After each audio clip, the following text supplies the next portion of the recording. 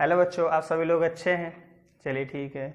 आज मैं इस वीडियो में ठोस अवस्था का अगला टॉपिक लेकर के आया हूं। ठीक है, पिछली वीडियो में जबकि मैं स्कायोमेट्रिक दोष के बारे में बता चुका हूं, आज मैं बताऊंगा नॉन स्कायोमेट्रिक दोष के बारे में।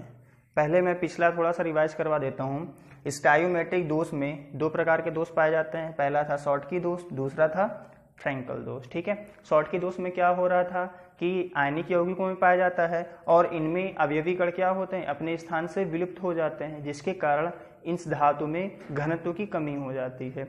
जबकि फ्रैंकल दोष में क्या था, फ्रैंकल दोष में अवयवी कण अपने स्थान से विलुप्त तो होता था, लेकिन अंतराकाश में कहीं ना कहीं व्यवस्थित हो जाता था, जिसकी वजह से इसके ठोस में किसी प्रकार का कोई घनत्व में कमी नहीं पाई जाती थी। ठीक है, अब हम लोग अगला पढ़ेंगे नॉन स्टाइकियोमेट्रिक दोष में। ठीक है, इसे भी दो प्रकार में विभाजित हो गया। पहला है धातु अधिक्य दोष और दूसरा है धातु न्यूनता दोष।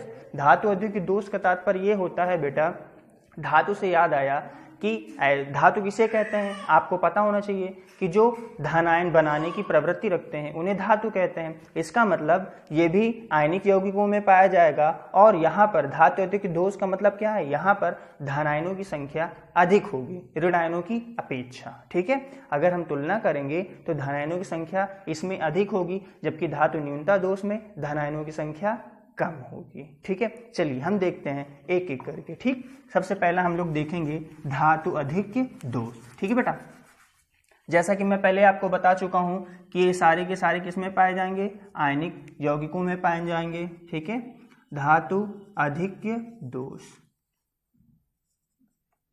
या धातु अधिकता दोष। ठीक है, जो लिखा था वही राइट कर देता हूं। ठीक है, देखो बेटा इसमें होता क्या है, मान लो कोई एक यौगिक है, आयनिक यौगिक है। ठीक है, मैं बना लेता हूं। ठीक है, किसका बना दूं, NaCl का ही बना दूं। आप लोग इसको नॉर्मली देखते भी हैं और पहचानते भी हैं। ठीक है, ये मान लो NaCl का ठोस है। ठीक है, और उनके ये मॉलिक्यूल हैं। ठीक है, यहां पे मैं राइट कर देता हूं NaCl। ओके, दिख रहा है ना आप सभी को, अच्छी बात है। ये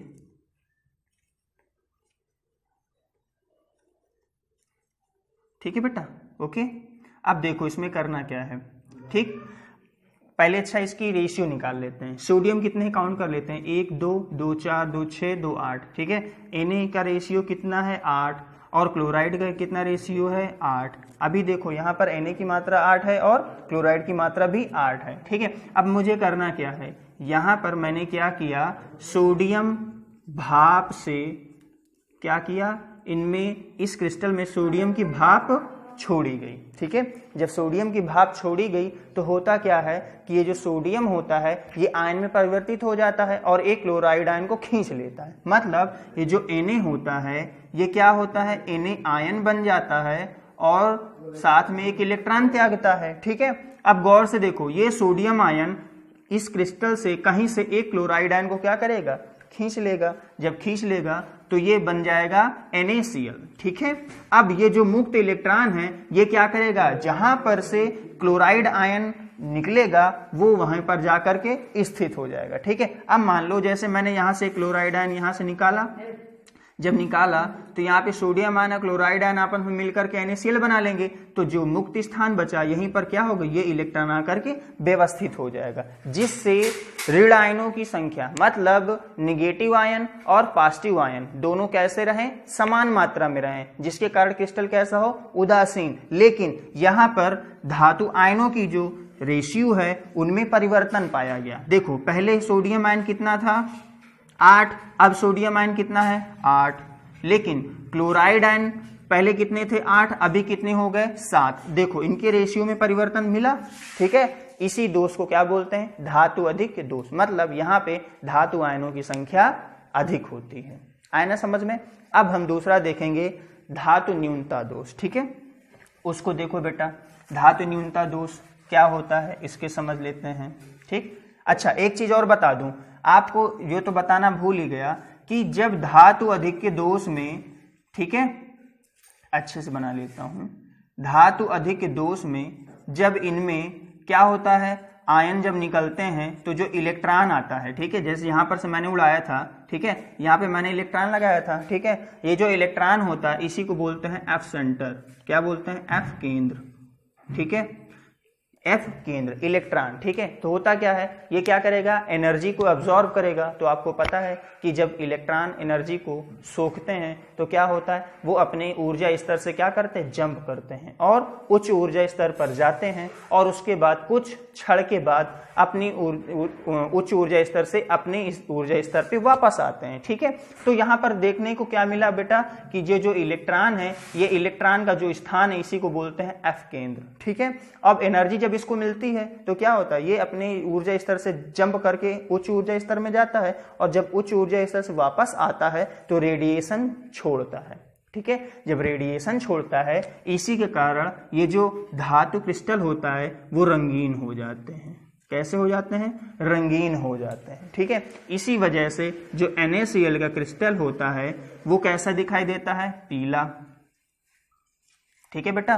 किस कारण से दिखाई देता है? एफ सेंटर की वजह से। एफ सेंटर कैसे बना? इलेक्ट्रॉन के कारण, ठीक है। और यहाँ पे रंग पीला क्यों दिखाई दे रहा है? क्योंकि रेडिएशन छोड़ता है जिसकी वजह से वो पीला रंग दिखाई देता है। ऐसे ही हमारा LiCl भी है, लिथियम क्लोराइड, वो किस कलर का दिखाई देता है?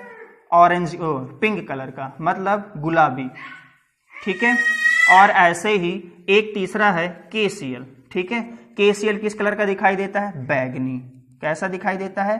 बैगनी रंग का, ठीक है। वो किस कारण? एफ सेंटर की वजह से। एफ सेंटर कैसे बना भाई?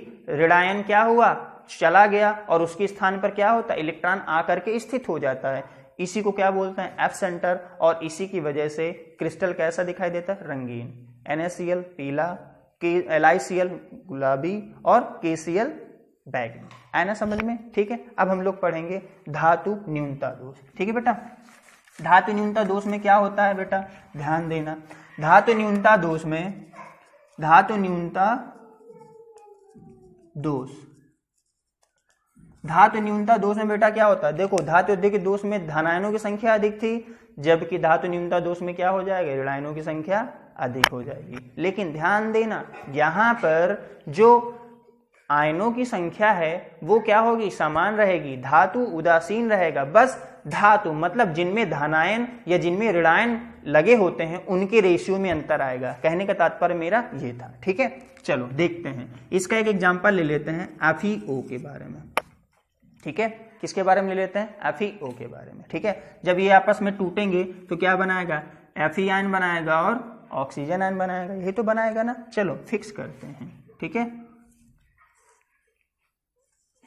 थ्योरी बेटा मैं आपकी कॉपी में पहले भी बता चुका हूं, अब मैं केवल इसको समझा रहा हूं। आपको पूरे मन से इसको सिर्फ और सिर्फ क्या करना है? समझना है और कुछ भी नहीं करना है, ठीक है।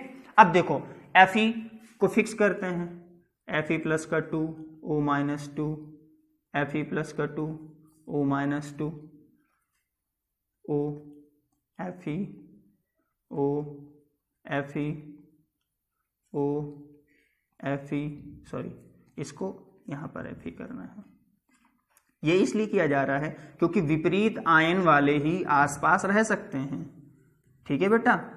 इसीलिए हम इस हिसाब से इसको व्यवस्थित कर रहे हैं जिससे कोई भी सेम आयन पास पास स्थित ना होने पाए, ठीक है।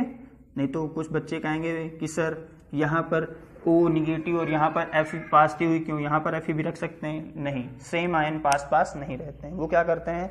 रिपेल करते हैं, एक दूसरे को प्रतिकर्षित करते हैं। अब गौर से देखो, यहाँ पर सबसे पहले अभी क्या है? इसमें कोई इसी प्रकार की कोई दोष तो उत्पन्न है नहीं। नोट कर लेते हैं। Fe कितना है? काउंट करो, 1 2 8। कितने होंगे? 8। और O कितने हैं? वो भी 8। रेशियो कितना है? समान है। कब? जब धातु में किसी प्रकार की दोष उत्पन्न नहीं हुआ। अब यहाँ पर दोष उत्पन्न हो रहा है, ठीक है। हो क्या रहा है कि यहाँ पर जो Fe आयन है, ठीक है, Fe आयनों की संख्या क्या हो जाएगी? कम हो जाएगी। धातु आयन है ये, ठीक है। Fe क्या होता है? धातु, और उसका आयन क्या हो जाएगा? धातु आयन, ठीक। अब यहाँ पर Fe आयन जो धातु आयन है वो क्या होगा? कम होगा, ठीक है। देखो होगा क्या कि भाई यहाँ पर जो Fe है, मैंने 3 Fe हटाए, ठीक है, और उसकी जगह में क्या किया? Fe प्लस का 3 2 फिक्स कर दिया, ठीक है।